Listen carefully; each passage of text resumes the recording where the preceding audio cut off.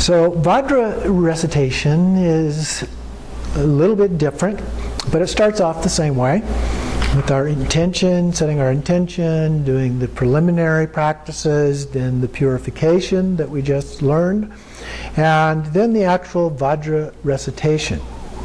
And you do this as many times as you can.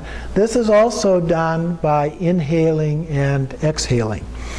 So as we inhale, we visualize the winds entering now the two side channels. They come in through the side channels, then up into the central channel. The side channels are kind of joined down at the bottom at the navel, the center of the lower abdomen.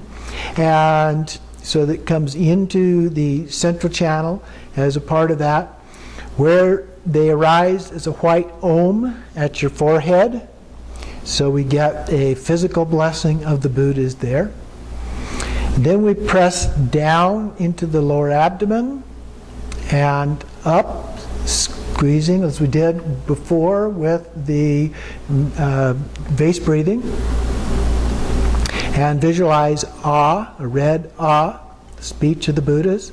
And we hold it as long as we can, again, as long as it's comfortable, not until we're blue in the face.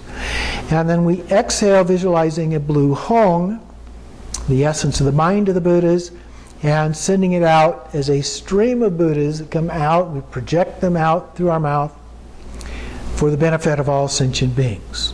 And then we repeat that. So again, we breathe in the white Om. It comes in through the side channels into the central channel.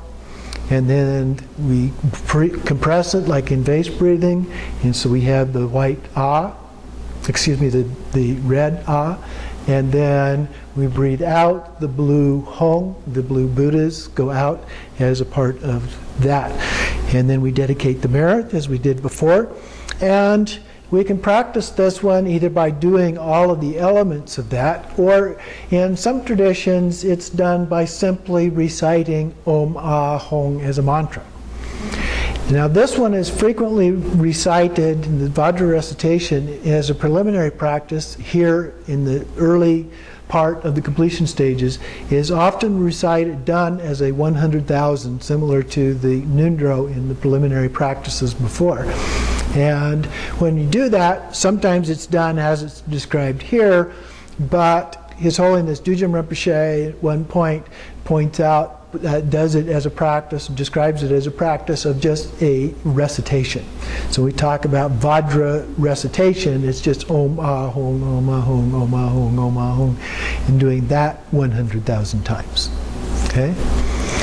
Which is a little easier than doing it with the breath, each time being one repetition of that. So that's the practice. It's a fairly simple practice. Again, it builds on the vase breathing that we just learned as a part of that, but adds in this other component of the Om, the Ah, and the Hong as a part of it in lieu of what we were doing with the other one.